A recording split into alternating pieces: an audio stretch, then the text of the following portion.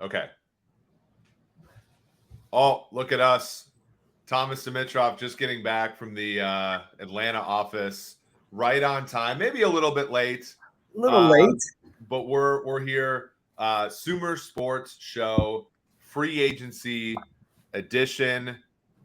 Thomas, how does it feel to be on this Sumer side? I know you were on the Wharton Moneyball podcast. My friend Adi Weiner said that my new assignment is to learn how to measure passion and heart.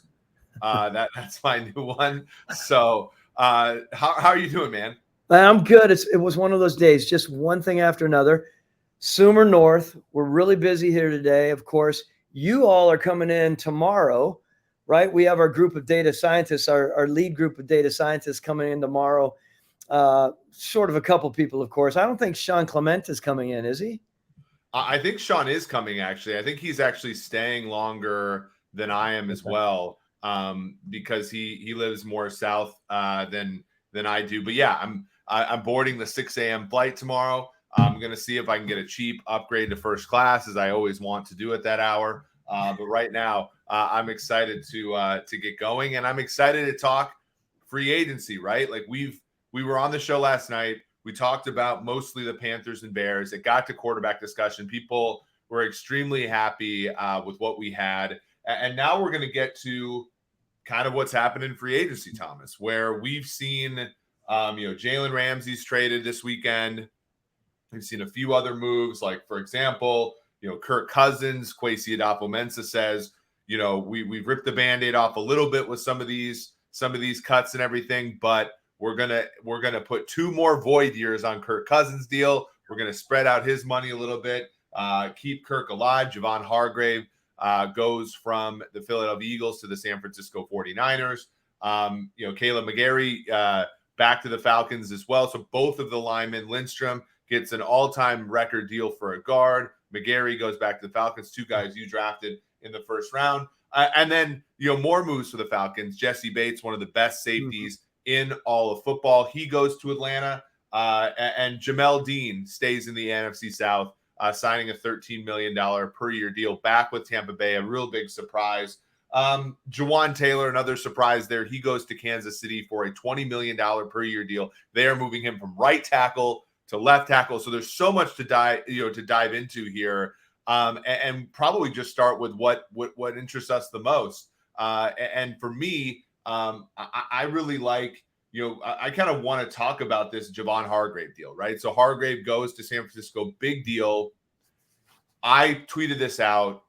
I think deals like that are oftentimes making up for draft picks that didn't work, right? So 3 years ago, 2020, right before the pandemic, the Niners traded DeForest Buckner to the Colts, to your guy, Chris Ballard. They give up the 13th overall pick. Buckner gets a big deal. They decide to use that pick on Javon Kinlaw, who's been, less than stellar. Turn the clock forward. They got to reinvest in that position in Javon Hargrave.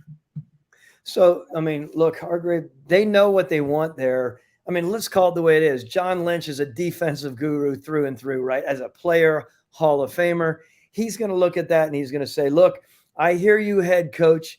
I understand your background is sitting in the meeting rooms with your dad, building the most amazing offenses around there. But we need to keep building this defense. We need. And right now, who do they have there? Right now, they have Hargrave, Eric Armstead, right? Yeah. And Nick Bosa. That's a stellar group to get rocking with, right? I'm excited for them to continue to build it. San Francisco, as I watch offensively, I watch defensively. I love the city, by the way. It's one of my favorite cities in the country for sure. And look, I'm excited for them to take another shot at it. Look, I have a great deal of respect for, I'm sorry, the head coach. He was with us. He was our coordinator. When I think about how we did things back, how many years ago was it? In 16? 7 years ago now. That was a tough loss. Kyle Shanahan, I've said this before, I think he's one of the very best in the league. I think he's tradable, meaning, and San Francisco probably doesn't want to hear me, but I think he's one of the few coaches in the league that if I were to be a GM, I would trade for. Now, go ahead. Well, and is that because I'm gonna take a step back here. So most of the time, we talked about this yesterday. If you don't have a quarterback, and listen to the podcast yesterday after you're done listening to this live here, we talked about yesterday. If you don't have a quarterback, you really don't got a shot, right? And for the most part, that's true. However, I do think that there are some head coaches that can elevate the team so much that you do have a shot even without an elite quarterback. And, you're talking about Andy Reid, you're talking about Sean Payton, you're talking about Kyle Shanahan. As a general manager, when you think about being able to execute offense effectively with the likes of Jimmy Garoppolo, with the likes of Trey Lance, with the likes of Brock Purdy, even back, Matt Ryan's a Hall of Fame quarterback, but he took Matt from like an 8 to a 10 that year, right? Like, if you're a general manager, you're thinking, okay, I want to build the rest of this team. I want toys. I want a defense. I want to buy into draft picks and players on the defensive side of the ball. You said this yourself. You wanted to build a great defense in Atlanta, but there were limitations to what you could do. If you take that 40, 50 million out of the quarterback ledger because you're able to get by with rookie deal guys and cheap guys, Sam Darnold signed for like less than 5 million yesterday with the Niners. Does that obviously, as a general manager, that makes your life easier. And I want to throw a theory out to you, okay? Because the reason trading draft picks for veterans is tough is because you got to pay that guy against the cap, right? So when the Broncos traded for Russell Wilson, they also had to put his dollar figure on the cap. If you trade for a head coach, you can use the Waltons money, you can use the Teppers money, you can use the Paul Tudor Jones money to buy a head coach, and it doesn't count against the cap.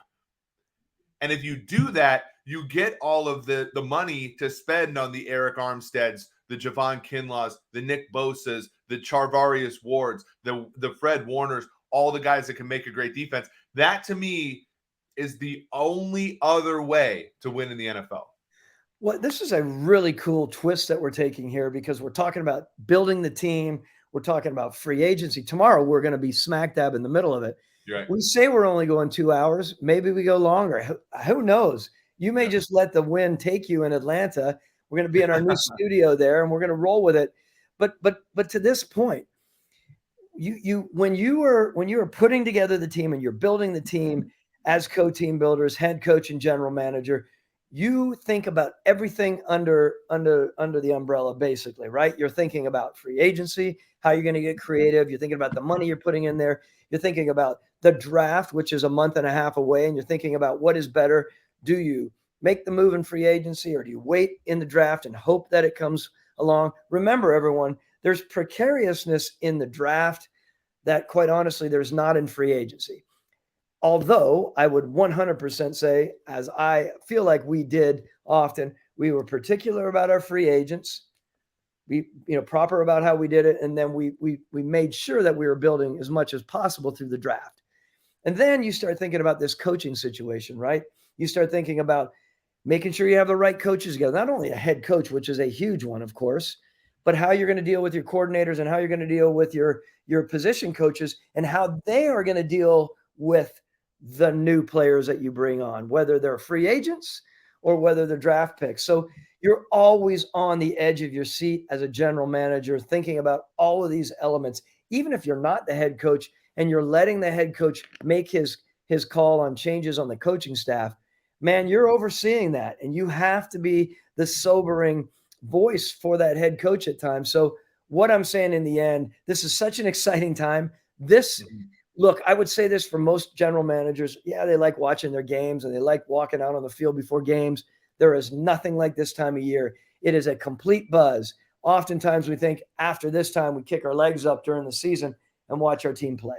Well, and that's also why, football has become, think about this for a second. I'm just going to back up and talk about the industry in general, but it's why football has become so popular is partially because we've gamified it, right? So you think about it, you can read the Wall Street Journal article. One of the reasons SumerSports exists is because Paul and Jack wanted to play fantasy football better. You get that.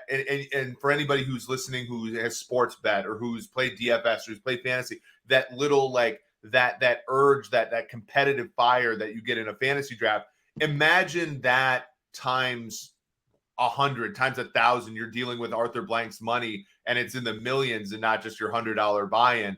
That I can't imagine how exhilarating that is, and it's why the game has become so popular, and one of the reasons why SumerSports has so much promise, because what we're trying to do is make people better, of course, at this process in many different levels, and then of course the process will change, and then we evolve with it, and it'll create a lot of opportunities for people. The one thing that I wanted to bring up, because I think this is getting to a little bit of what you're saying with being particular, because you said something interesting. You said free agency, you don't have the precariousness that you do in the draft, but it comes at a cost, of course, right? Because when you look at the positions that have been signed this time in free agency, we went an entire day, Thomas. Yesterday happened, and not a single wide receiver was signed. And there was one starting quarterback that signed. That was Jimmy G, but he signed for a mid-tier deal. Not a single like elite corner was signed until the very end, where Jamel Dean went back to Tampa Bay. The thing about free agency is what you saw yesterday were linebackers, defensive tackles, right tackles, tight ends. You saw movement in the non-premium positions, because those are the positions that are available this time of year. If you want to get an elite left tackle, you got to get him in the draft, or you got to trade for him. If you want to get an elite quarterback, you got to trade for him. You got to get him in the draft. Same thing a little bit with wide receiver, corner. They're a little weird, right? Because those are like positions that employ 3-4 guys in the starting lineup. Safeties, those guys are. So when you look at the big time free agent signings, you're looking at Javon Hargrave. You're looking at Jesse Bates, right? Jesse Bates is a top 5 safety in the league. There isn't a Jesse Bates of left tackles that's available right now. There isn't a Jesse Bates of quarterbacks that's available right now. Tremaine Edmonds gets $18 million APY from the Bears. As we talked about when we did all the Bears shows, Thomas, you're not getting the Tremaine Edmonds of left tackles in free agency. You're not getting the Tremaine Edmonds of that's you got to trade for DJ Moore. You can't sign DJ Moore because those guys aren't available this time of year. Can you talk a little bit about why that's so hard? Because even the teams that have cap space right now, they don't get to fill the roster completely during this time, because some positions are not accessible to them through this process. Can I just backtrack a minute here, because you made a very good point, and I want to make sure that I'm clear with everyone. There is definitely precariousness in free agency. As a head coach and a general manager, when you sit back and you start game planning on bringing a free agent in or signing your own guy to another contract, you want to talk about uncertainty. The uncertainty is Vic Beasley ready to take it to the next step? Or, and do we sign him to the 5th year? I mean, we did that. We got skewered for that. You don't know. So there's definitely uncertainty there. You don't know how money is going to affect. A lot of these guys have that final push before they go to free agency, and they do really well. And they get that bump up, right? There's something natural about that. And then they come to the other side, they settle in. And many times, or I don't know if it's many times, but a good deal of the time, they're not working out exactly how it was planned, right? That's a tough situation. When I was talking about the precariousness of the draft, I'm more talking about the precariousness of the draft if someone's going to work out, but also you're sitting there expecting a left tackle, and all of a sudden your pick is at 20 and there's a run on tackles. There's nothing you can do. You can't get into a negotiating bid and use all of Arthur Blank's money. You have to chew on your fingernails, pray that someone else is going to come to the forefront. So it's a really interesting thing. Back to the positions that in free agency that might be available and might not be available. I mean, look, let's call it the way it is. On those positions that you mentioned that aren't always there, the left tackles, some of the receivers, the corners, man, let's call it the way it is. Usually the reason that those guys get out from a team is there is some semblance of an issue, at least an issue that hometown team sees. They know the warts, and they're over them, or every once in a while it's a crazy inflammation of salary that they're asking for that people just can't see it. So there's something usually off. Otherwise, you're retaining, right? You are retaining your good ones, especially in the positions that you're talking about. Yeah, because that's the one where, those premium positions, there's just scarcity there. Like, it's just left tackles don't grow on trees, and Quarterbacks certainly don't. And that's why, 5 minutes ago, we talked about why it's so nice to have a coach that elevates the quarterback, because there's obviously benefits there. Quarterbacks, will elevate those around them. And that, can really help. But it's just hard. And that's why the draft matters so much. That's why taking swings at the draft matters so much. That's also why drafting premium positions in those top picks matters so much, because you're not going to access them anywhere else. And again, it opens up a can of worms when, you end up kind of on the wrong side of the cap, per se, and you have to use draft picks to fill needs at non-premium positions, because again, like that, there's just, again, you just want to make sure that your books are balanced. And again, that's what we're trying to do here at SumerSports to help teams. I do want to get to this idea. Now, we published an article on SumerSports.com today about restructures. Obviously we have such great people in our building. Scott Nestler, Chase Falvine, Chris Long have all been working with me on salary cap stuff. Very nice, very, very fun to work with. But we talk about restructures because, the difficulty of restructures is you can always maneuver the cap to make any move work for the most part. The Saints have kind of pushed that boundary a little bit, but for the most part, you can always move the cap, but it comes at a cost. And that cost is almost always that you have to retain a player that is over the hill athletically, or you have to cut a player and pay him to not be on your team. And the sort of biggest one that we saw today was the Vikings with Kwesi Adofo-Mensah restructuring Kirk Cousins' deal again. So just a little bit of background material. The Vikings starting quarterback, he had a $10 million base salary this year. He had some prorated salary or some prorated bonus still left over from his previous deal. And he had a $20 million roster bonus. Roster bonuses are really nice because when you're in a good cap situation, you can just pay it out. And when you're not in as good of a cap situation, you can convert it to a signing bonus. And then that money will be what's called prorated, which is split as many more years as you have left. And so then you essentially push the cap down the road. And as the cap goes up, that cost declines, but it's got to decline more fast than your players decline. So that's really where you get into a hard situation.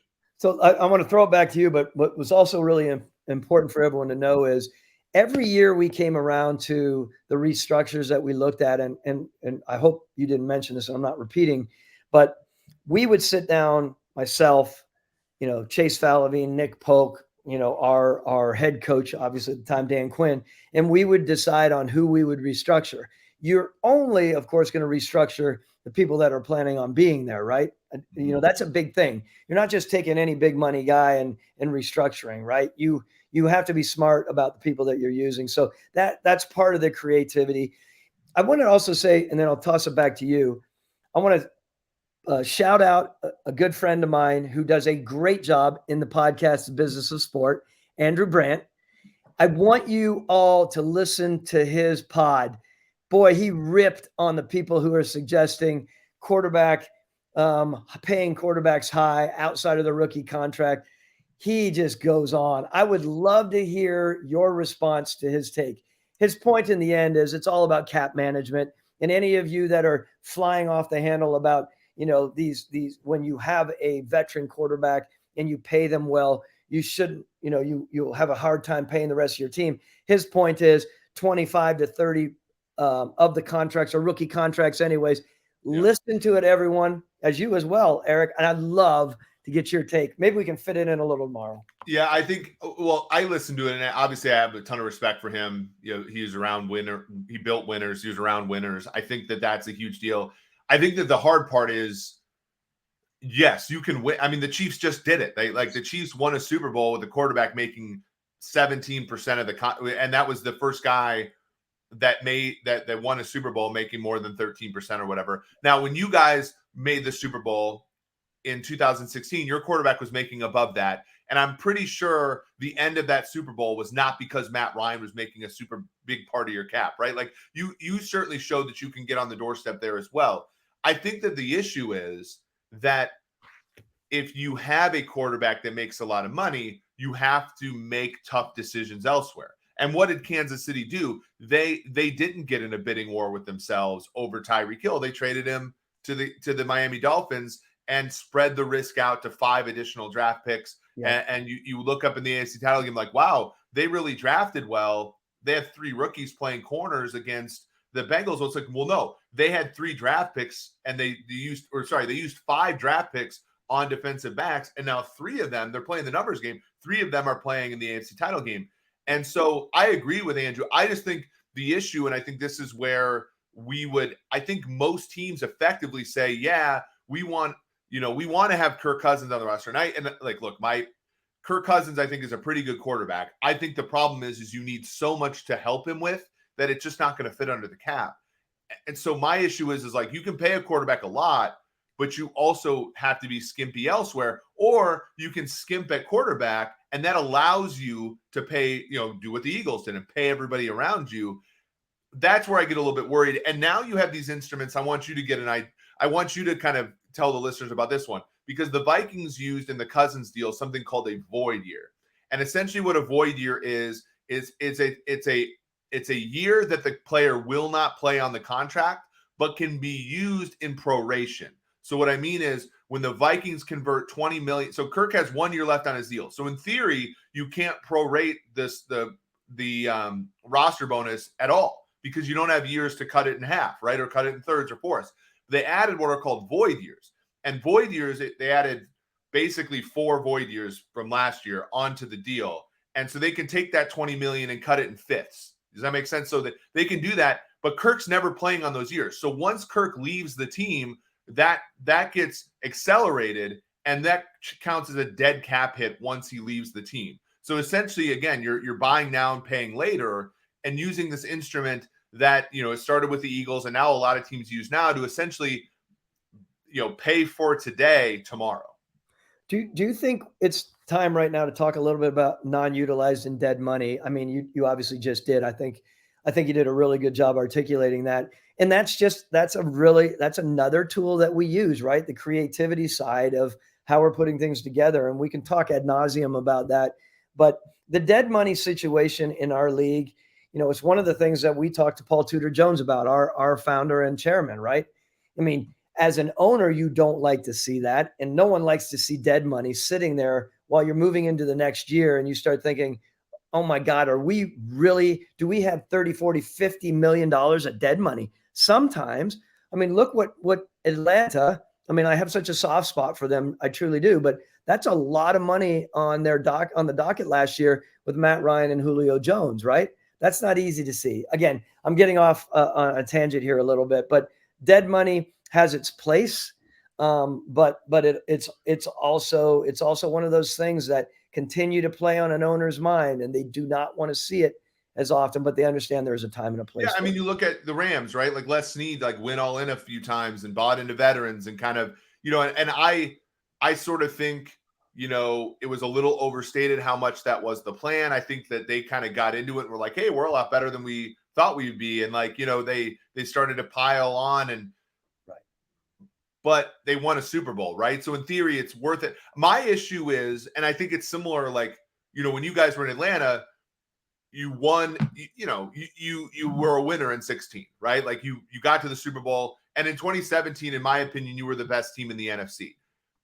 And then the issue becomes like, okay, you don't get there in 17. How much do you want to buy into 18, 19, 20? And I think that where I really appreciate the Rams right now is they're saying, look, the party's over. Let's recoup. Let's build this thing again. And here's the thing.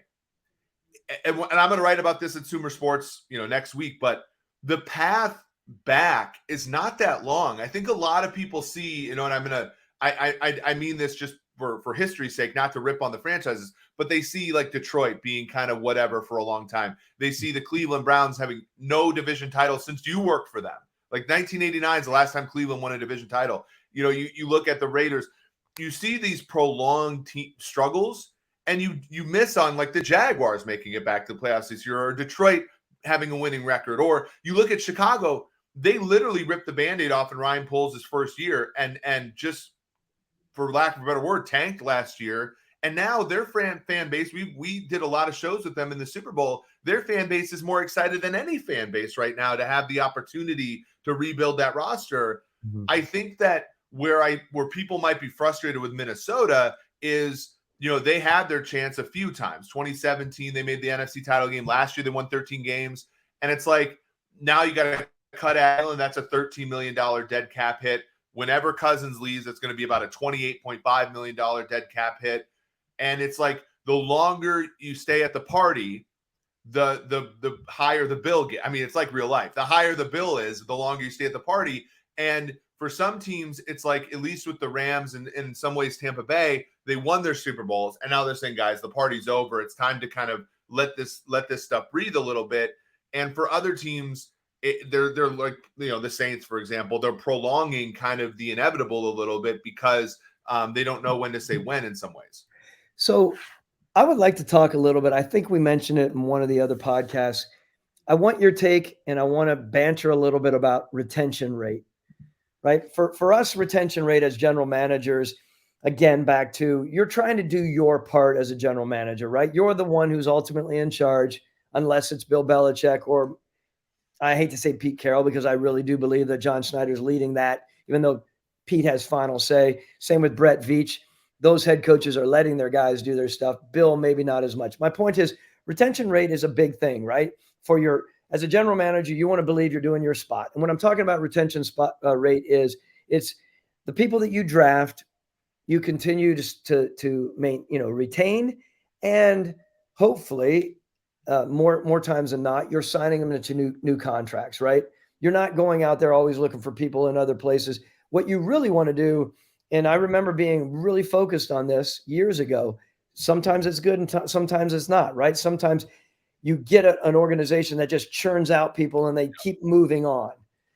Maybe Bill did more of that than other people, but Bill won many, many, many games, right? People can take have their opinions about different things. One of the things that came up in Michael Lombardi's pod the other day with Femi Abedefe, I think I'm pronouncing his name properly. He had this idea, and I know we're back and forth from free agency, but those really good teams that continue to be in the back half of the draft, right? The round, so 20 to 32. Yep. Very different than having 2, 3, or 4 years. I mean, how many years were San Francisco in a tough spot?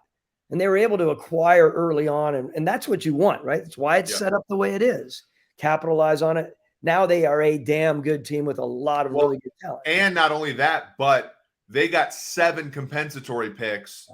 And some of that is, they had underrepresented members of their, end up with head coaching jobs and stuff. So they get comp. But to your point, like they retained a lot of their great talent, but they were also able to let some of their great talent go and that the compensatory pick thing is sort of weird in that it's like it's sort of a regressive tax, right? It's sort of, if you're a good team that drafts and develops, you get more of a bounty. And if you're a team like Jacksonville hasn't had a compensatory pick in like 13 years, so like that's super tough. But I get what you're saying. Like, it's tough, right? Because Belichick earned the right to let players go because they won, right? Like they won games, and it's sort of like, we'll trade Richard Seymour, we'll trade Chandler Jones, we'll trade Jamie. They trade Jamie Collins in the middle of a Super Bowl season. And he came back, right? Because he's like, yeah, go get your money somewhere else and come back. The water, we'll leave the light on for you, right? Like they did the same thing with Kyle Van Noy. They've done the same thing with Deion Branch. They did, Deion Branch was the Super Bowl MVP, and you were there. They traded him for a first-round pick the next year. Branch comes back after the Randy Moss trade. Like it's you earn the right to do that, and like it was really funny because the teams that do that are the teams with long-standing like longevity, like Howie Roseman and the Eagles and Brett Veach and the Chiefs, and like those. How do you gain that ability to have a healthy churn rate or a healthy churn / retention rate when you're starting off as a general manager? How do you earn that? Because it seems like it's sort of more of a survivorship bias than anything. Well, that's a great point. Yeah, it takes time. It takes good moves. I look back to Bill and back to any of those organizations. Here's another part of the irony, and we'll get to your question too. when you're thriving and you continue to do well, people can take their shots about drafting and acquisitions. But if you're winning, it really doesn't matter. I remember when John Snyder, and I'm really good friends with John, when they made early moves in his GM tenure there, well, it was with your team, right? I mean, when they had the poison pill situation going on there, and I remember they're going to make moves, and people are going to look at those moves and they're going to judge those moves. With the teams that are really, really good football teams, I'm going to bring this back to free agency, move away from draft for a minute.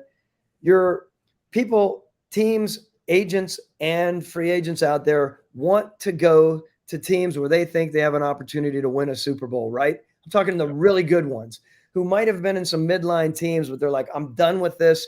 I'll go somewhere else. I may even take a little bit of a cut, or I may be a little bit of a wayward soul. That's probably the wrong word or phrase. I may have, I may not have gotten along with some of my ex teams. Let's talk Corey Dillon. I'm going back to New England. Let's talk Randy Moss, where you get a guy like Bill Belichick who's done so many amazing things. Whether people don't like the way he carries on with his interviews or not, that's beside the point. One of the very best ever coaches. He gets those guys there. He gets them in his coffers, and he's like, look, I will make you what he did with Randy Moss and Corey Dillon. Those guys, all they wanted to do was play for Randy Moss is maybe the most talented player to ever play in the NFL. And the Raiders were willing to trade him to the Patriots for a 4th-round pick. That's how much he quit on the Raiders. So yeah, it makes so much sense. Like you look at Andy Reid, right? Like Andy Reid's been with the Chiefs forever. And then prior to that, he was with the Eagles forever. You don't make it that far. Like, you're CEO Sumer, like you deal with personalities every day, like, and talented people don't come, they don't come out of the box the same. Yeah. Right. So like you look at,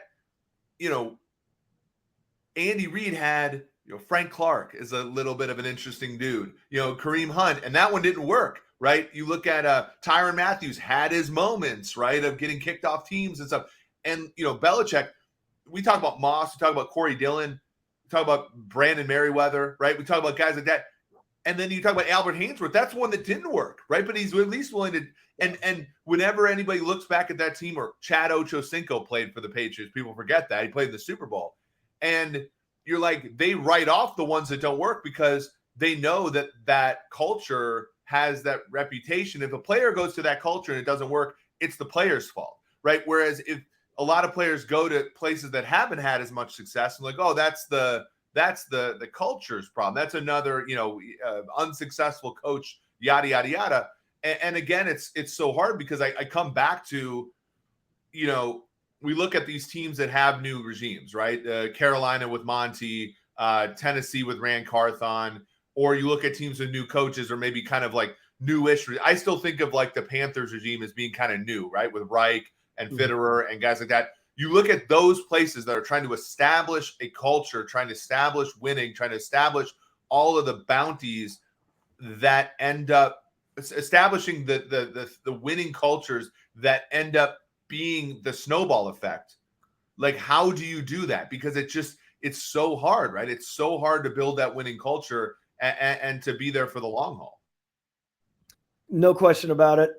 Hold that thought or continue to talk. I need to put lights on it here. Yeah, I realize you're dark. Your room's getting dark. Okay, we'll let Thomas get up and turn the lights on a little bit here while we take. Obviously, while Thomas is up, we want to thank you all for joining this special Tuesday edition of the SumerSports Show, the free agency show. There have been some questions that's interesting. Doug Analytics said, will you be live streamed tomorrow? Yes, we will be live streaming tomorrow from Atlanta, should everything work out. I think that, here we have another question here, which I actually want Thomas to talk about this because we've talked about evaluation before. Can't wait from Matt Ungashik, who says, can't wait to hear Eric and Thomas's breakdown of why moving right tackle, left tackle is difficult, and also what traits you're looking for as to why that can happen. Just a lot of other really good questions. Doug, I think did outline this. It's just like so much for daylight savings. That one stuck up on me. That was one I normally know pretty well, but yeah, I have yet to change the clock in my car. I do want to talk about that one for a second, just as we sort of, again, because this is another one where Kansas City just coming off of a Super Bowl, great culture, great team. And they let Orlando Brown walk, right? A left tackle that was a right tackle in Baltimore, one of the worst athleticism scores I've ever seen, but had success there after they traded a first-round pick for him. He asked for too much money last year. They let him play on the tag. They let him go. He's still unsigned. They go and get Javon Taylor, who's been a guy who's kind of struggled. Had a better year last year than normal, but has always played right tackle in the pros and for the most part in college at Florida. And yet the Chiefs back up the truck and give him $20 million APY over 4 years and are going to move him, reports say, to left tackle. And I don't think that they're getting any criticism. And I don't think they're getting any criticism because we give front offices like that the benefit of the doubt, Thomas. But what goes into a decision to look at a guy who's only played right tackle in the NFL and not necessarily well, but still 25 years old, and we're going to move him to left tackle, protecting the only $500 million asset in the NFL, Patrick Mahomes? Wow, what goes into it? A lot goes into it. I mean, it's obviously not just Brett Veach and it's Andy and Brett, but it's really honing in on your offensive line coach, doing the studies that we need to do, right? Really breaking down the video to make sure that we know and have some insight, because that is, it's a projection. Did he play in college? I can't remember. Did he play left in college? No, he played right for the most part. He played right in college. Okay. And I think that, so it's absolutely an Andy Heck sort of projection. And look, and this is another thing, like, you didn't do this, which is kind of weird. Like, usually when you fire a head coach, right? I think about Brad Childress to Leslie Frazier. I think about, Romeo Crennel to Andy Reid. I think about you generally speaking go for the complete opposite, right? When you hire the next coach. You were interesting because Smith and Dan Quinn seem similar. So maybe you're just more progressive than everybody else is, and you avoid some of these psychological twitches. But it looks like the Chiefs did that exact same thing at left tackle, which was you have kind of a slow, unathletic guy who kind of wins with technique, kind of a clown in a lot of ways, Orlando Brown. And you go with a young, super athletic guy to replace him. That feels like they just looked at Orlando Brown and said, we can win with him, but we need we can shoot for the moon here. And as Paul Tudor Jones would say, we can buy the tail with Javon Taylor, because if Javon Taylor ends up being a great left tackle, $20 million a year is chump change. And I think that's what they're doing here. Yeah. And like you said earlier, that organization knows how they want to put their organization together. They talk about it at so many levels, Brett and Andy, of course. And I will say, when you have someone like that, again, your guys inside out, right? They were agitated last year, of course, because they didn't get it done right. They know his limitations, and they probably figured, look, we won, and did what we did as we did with someone who had limitations. So I think you project a little bit and you're thinking, look, we can only do that much better with this replacement, even though we're still projecting there. And we did what we did as we did and paid. What was the salary on him? I can't even remember what it came out to last year. Yeah, Orlando was on his rookie deal in 2021, and then last year on the tag he was at $16 million.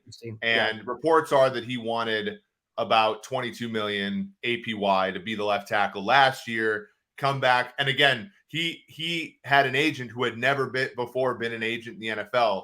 Kind of the same talk about Lamar, and they kind of, the Chiefs were willing. I mean, it's interesting because everybody. And you can maybe speak to this as a general manager, but everybody talking about, the Chiefs were a hard ass about Orlando Brown. They were a hard ass about Tyreek Hill. In reality, they were willing to retain those players. It's just the price got away from them in both cases. It's really interesting if the public got the data on what was offered, it trades too, what's offered behind the scenes. We get a clearer picture of what market value is. We only see what ends up being the strike price, but it's kind of crazy because I think Orlando Brown's in Kansas City if he takes a reasonable deal last year.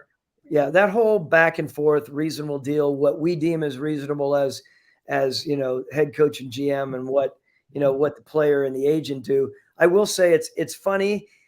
We used to call it, we had two different definitions of this, and this doesn't sound really academic, so I'm sorry, but we had puke points for these guys where we're like, no, I will literally throw up if we have to pay this player who we know inside out 22 million versus 16.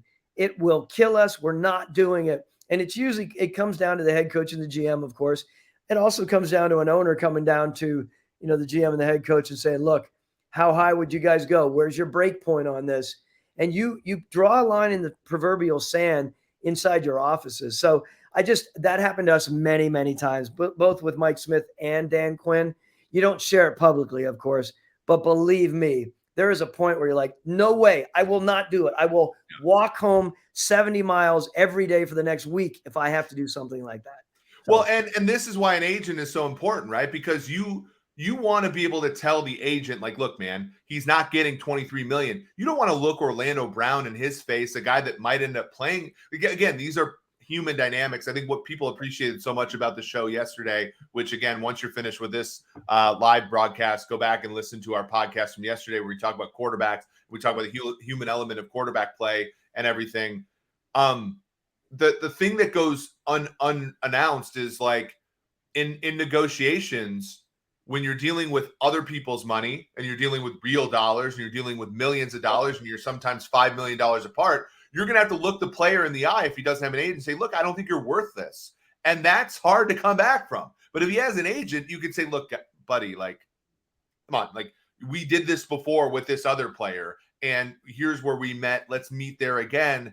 And that's why having an agent who has a clue obviously matters so much, and why, somebody like Jawan Taylor's ending up with the $20 million deal that Orlando Brown didn't end up with because, the agent had a really, had a rough go of it last summer. I think that, when we think about moving forward here, we see the first splash of free agency, right? We see all these guys that we talk about, again, Daron Payne signing back with Washington. We see, the Kirk Cousins deal. We see Javon Hargrave, Jesse Bates, all this, Tremaine Edmonds, TJ Edwards, all these players that we talk about. And we love this, right? SumerSports is going to make SumerSports, however well we do is going to be based upon the popularity of this league. So I'm not spitting in that face at all, right? We love this time of year, but we know that this time of year is mostly for show, right? In a month and a half, that's where you putt for dough, right? That's the draft, right? So when we think about free agency and we think about, tempering expectations, can you give me a little bit of an idea of like, okay, this time of year, what do you expect when you come out of free agency? Are you expecting these guys to be impact players, or are you expecting the free agents that you get this time of year to kind of plug holes and make you more resilient versus make you a Super Bowl contender? I've mentioned this a number of times. I want them to plug holes, and they all have their varying degrees of how big their hole is and what we're expecting. So there may be, I usually like to come out with one or two starters is what I truly liked, depending on the position. And I also love to be able to feel like we filled some of the backup positions with veteran talent. And again, remember everyone, when you're looking for some of these free agents, a lot of times you are going to your coaching staff and you're asking that coach who's, a defensive coordinator or position coach, hey, do you like this linebacker that you coached at the last team you were with? I mean, look what Atlanta did. Onyemata, right? Yeah. And who else did they bring over from their new coordinator, Ryan Nielsen, right? Comes over. There's a comfort level there on some of these replacement guys in free agency, especially, right? You're going to have to be projecting on the draft side, so you better get your group together as much as possible, in my mind, with a number of guys that your coaches have been with. So that is an important thing for me. Yeah, for sure. And I think that's such a good important point where, like, as you're trying to understand, we talked about this yesterday a little bit on the pod, but you look at fit, right? Like because in this round, one of our founders, Jack Jones, he texts me, he's a Giants fan. He goes, what about Bobby Okereke? And I'm like, well, Bobby Okereke is worth about $8.5 million. He's like, oh, so 10 million's a, 10 million. It's like, yeah, you're overspending by 1.5 million. You're overspending by 1.5 million because you know almost exactly what Bobby Okereke is as a player. The linebacker used to be for the Colts, now for the Giants. Yeah. Like this time of year, you're overspending for basically every player, right? But if you have a coach that knows how to enhance that player's ability, then that's where you can kind of eat into that deficit. And actually, so again, with Javon Taylor hasn't been a $20 million player to this point in his career. There's no doubt. I can go back and ask Paul Saban to create plus minus and maybe plus minus. And there's no way Javon Taylor's worth 20 million up until this point in his career on the field. But you think about Andy Heck, you think about the traits, you think about all those things. That's where maybe you can eat into that deficit. And knowing the coach, the player, how they mesh together, I think is how you can come out of here with some value as well. To your point. Another interesting nuance is, and it's rarely talked about. You start talking about the sign, you're signing your guys back, right? There's a lot of nuance to that as well, right? The comfort with your veteran players, back to what I talked about, the retention rate. You might have someone in the building who is a big fan who continues to push that guy to stay with the team. That could be the coach, that could be the head coach, coordinator. It could be your general manager who has a real affection towards someone that they want to keep for a reason or not. Here's one. It can also, make no mistake about this, be your owner. And that is a really interesting thought that a lot of people don't believe, or they're like, seriously, there's no way that, of course it would. The owners at times can develop their relationship with these guys, and these guys have been great for the community. They've been great for the marketing side of it. Also could be great to the owner's kids. You never know. I know that sounds, there's elements of that. So instead of going out and pulling someone in that we don't know, if there's someone equal, and even if you deem as an organization you need to pay an extra million, you might do that to the people that have been true to the organization. It sounds odd sometimes, like this is all about winning. But again, there are elements to it that come out, and it's amazing when you really look at the levels. Well, culture factors in, right? I mean, we were talking, when we were at Sloan, we did this really cool like mentoring lunch, and I was at a table with somebody who worked for the Phoenix Suns, and like obviously they had just traded for Kevin Durant, right? And they had to trade like one of their like great locker room guys. And somebody at the table, really good question, was like, well, how do you factor in that like you're trading somebody that everybody in the locker room looks up to and all this kind of stuff? And to your point, like the owner's kids could like them, right? Or whatever. Like all these questions could happen. And that's like a non-trivial part of this whole thing. Now, Kevin Durant's such a good basketball player, you might be able to like kind of paper over it. But if you're thinking about, why this guy is on the roster only to run down on punts and block on kickoff returns, and he's been on that roster for 5-6 years, there's probably a reason for that, right? And there's probably some cultural aspect to it that makes that player more valuable than they might be on our ledger in our plus minus or our war or whatever. And that's not something not to dismiss. And frankly, like there was always that bit about like Orlando Brown being a groomsman in Patrick Mahomes' wedding. It's like, if they're boys and that's your best player, then making him happy is part of the deal, right? It's part of the deal, and making the owner happy is part of the deal as well. And so, I think be foolish to dismiss those things. Okay.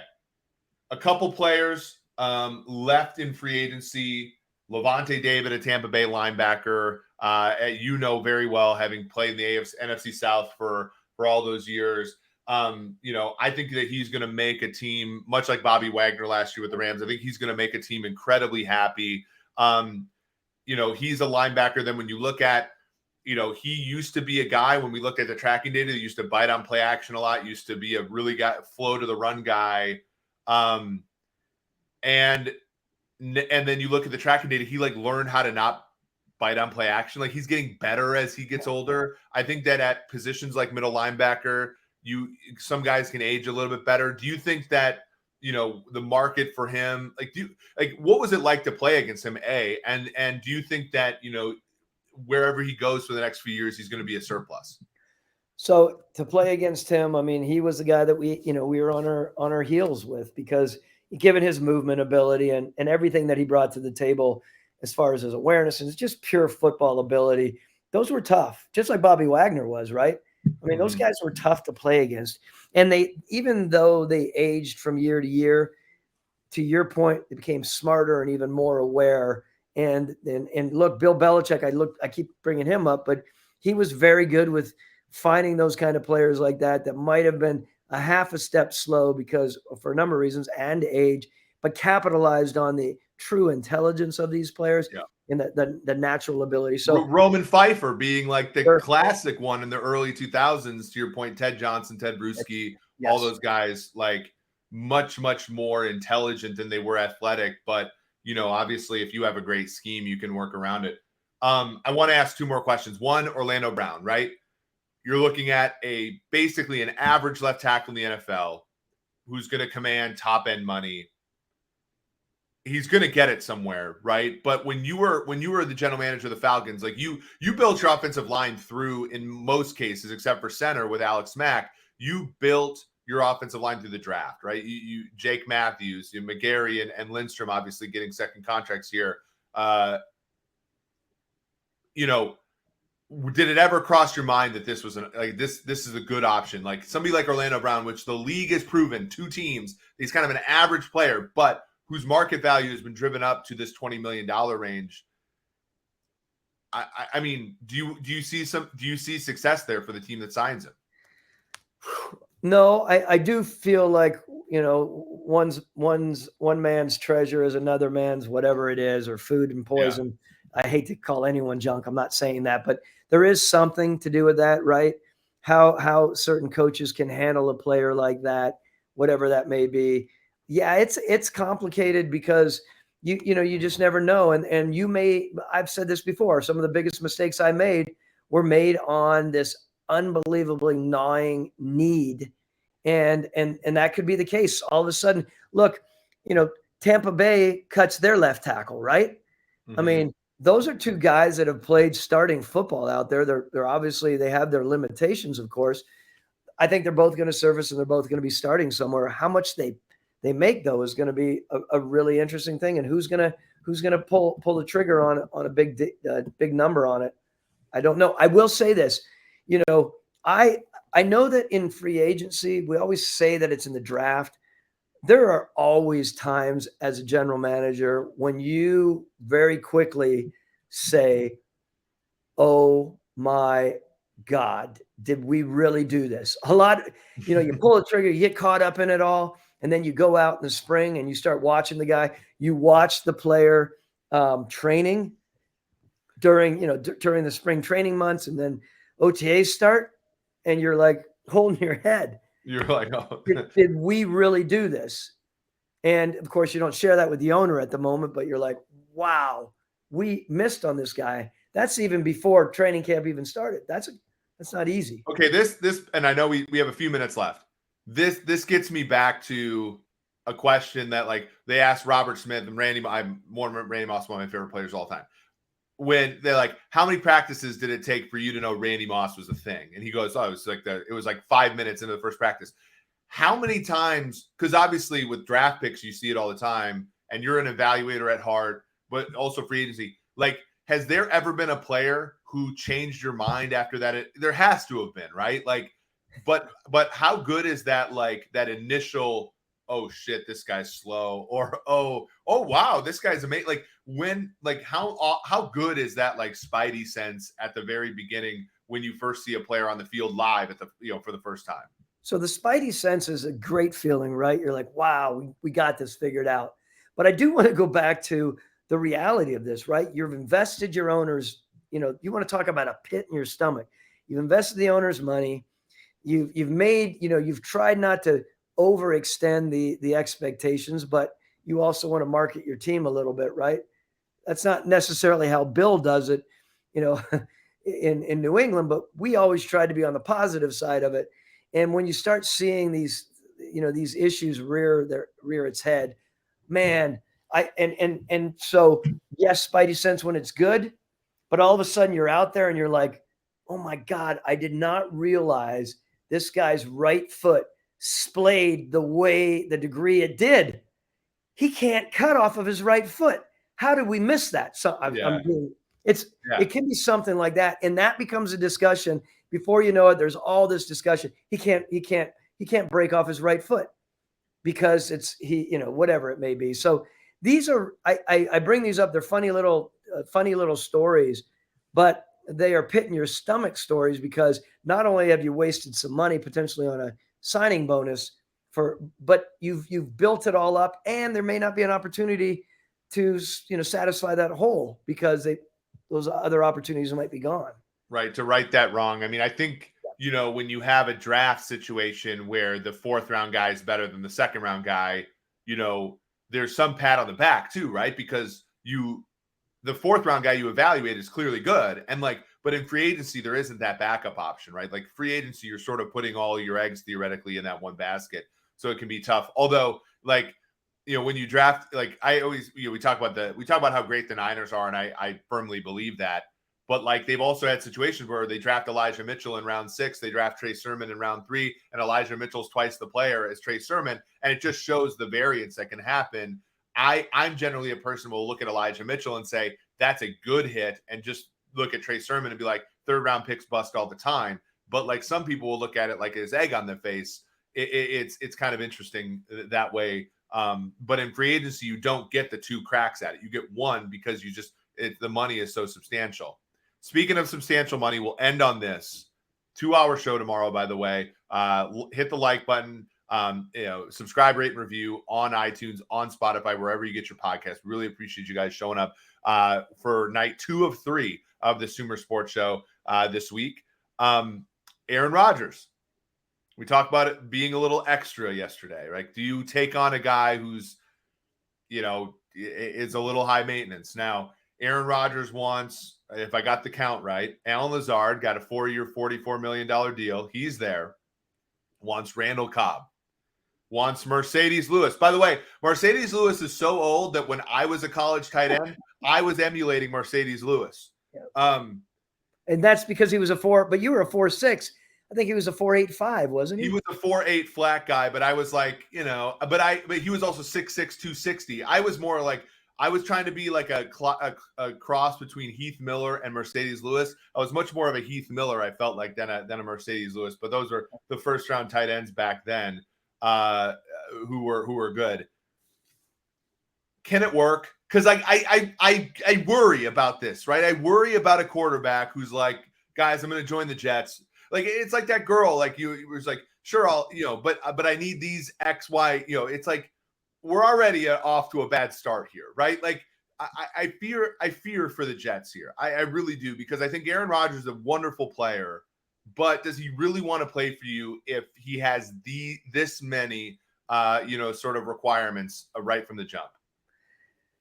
Well, those are complicated decisions to make. And when you're sitting there talking to your owner, again, as head coach and general manager, those are really, really complicated decisions for Robert and Joe Douglas, right? I mean, because, the fallout can be really, really bad for that team. But they're thinking, we're getting one of the best quarterbacks to ever play the game. Yes, he's having some requests, but he hasn't requested an office or 25 parking spots. I'm being facetious. Yeah. He's doing what he believes can help this team be a Super Bowl winner. Now, to me, again, I like Aaron. I know there's the people that have their feelings about him. He is playing a little bit of GM, but he believes that he's entitled to that after being through everything he has done. And if he has an audience in a head coach and a general manager who are listening, and both of those guys, as I understand, I definitely know Joe better than I know Robert. Joe's an easygoing guy. He's going to listen to things. He's going to take it all in and measure what might be best for the organization. Just like I mentioned with Tony Gonzalez when we decided not to worry about him not coming back in that final year training camp. It looks good. It can look good. You have a lot of people judging it, Eric. If it goes one way, You look like geniuses. If it goes the other way, everyone will of course say, well, you should have seen that. Yeah. So it can be a win or a lose situation. That's not profundity. Yeah. And the one experience I have growing up in Minnesota was when the Vikings took on, Brett Favre. Like, one of my good friends, Sage Rosenfels, was supposed to be the quarterback that year. And, they went ahead and got Favre. Favre was notoriously a prima donna with the Jets, like having his own locker room and all this stuff.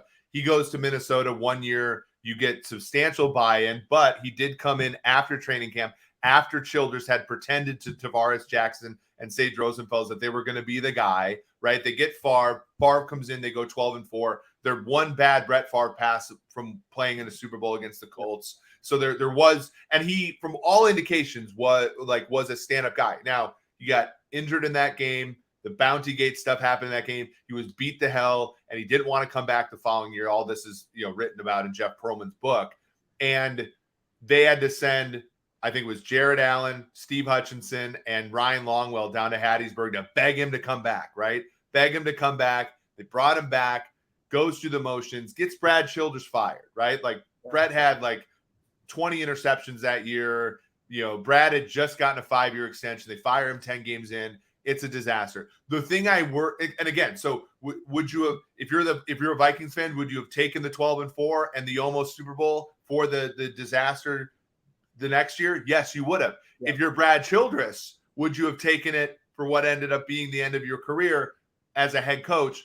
I don't know. That's my worry is, again, these things always, Matt, by the way, really appreciating the Tavares Jackson reference. But the thing, that's what I worry about if I'm Salah or I'm Douglas, is that you build this whole team, right?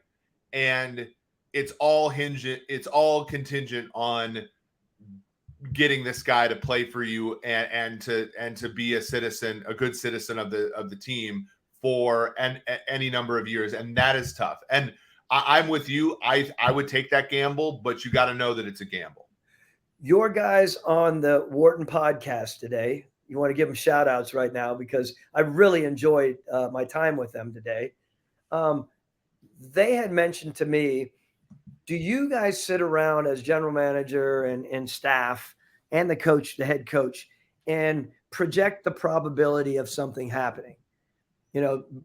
My response to them was, yes, we do. I wish, as people in the NFL, and maybe it's changing, and I'm hoping it will with, of course, being involved with Sumer, because I want people to understand there's so much more data out there to utilize, and we're not utilizing it, generally speaking. Do you truly project the probability of something going awry if, Aaron Rodgers comes and has all these requests? And how do you do that? Or is it just, if it happens, it happens. We're hoping it doesn't, and that's the way it is. How do you become more exact in any decision you make? And how would you suggest that if you were a assistant general manager, how would you suggest? Well, I would say you have to go, and there was a really interesting one team that I'm, with a front office member I'm fairly close with, during the draft, we're like, look, can you tell me the probability this player lands in this spot, right? Because that our whole draft, and they derived it themselves. They just wanted a second opinion, but ultimately they were like, we want to know because our entire draft hinges on this particular outcome. And they want to know what my probability was to see if it was anywhere close to theirs because they were trying to derive it.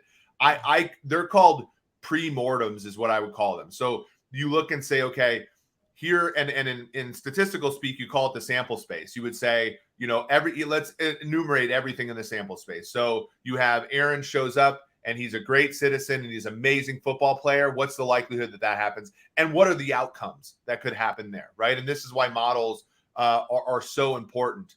And then you have what happens if Aaron comes, he's a great player, but he's a pain in the ass. Then you enumerate all those. What happens if he comes here and he's garbage and he's a pain in the ass? What happens? And you try to enumerate all those possibilities. And you say, can I live with this? Right? Because if you're the Jets and there's even a 10% chance that and you win a Super Bowl, that's a job for life, right? Think about, You guys, when you were in the Falcons, you had a 13-year career there. That's 4 times the average, right? And all these things, like all this stuff you get to experience in that realm. That's Joe Douglas if they even make the AFC title game or a Super Bowl, right? And if you're saying, okay, that fat tail, I'll buy that, right? If he comes there, and this is my opinion, if he goes there and he's a complete nightmare as a guy, I think the world forgives Joe Douglas, right? Like, because they're like, look, he was a pain in the ass at the end of Green Bay, right? Like, and no one's really going to blame him for trying. That would be so. It's a great question by Cade, Audie, Shane, and Eric of the Wharton Moneyball podcast. Which, after you listen to the SumerSports show, you should certainly listen to. Thomas is going to star on that tomorrow, Wednesday, the 15th of March.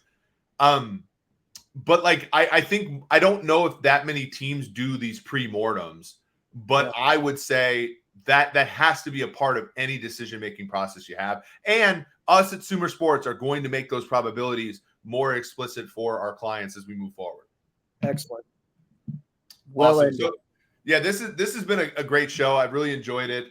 Thank you for all that came around. We had, record highs again in people, not only on Twitter, but on YouTube, listening to us. This has been, just a wonderful time. Tomorrow, we're going to go for 2 hours. We're going to start at 4. Technology willing, we're going to go 4. We're going to go Thomas and I from his office. This is the SH991, Eric. You're never tired of talking. That's probably true. That they did put that on my scouting report. So for Thomas Mitchell, this has been Eric Eager. This has been the SumerSports Free Agency Show.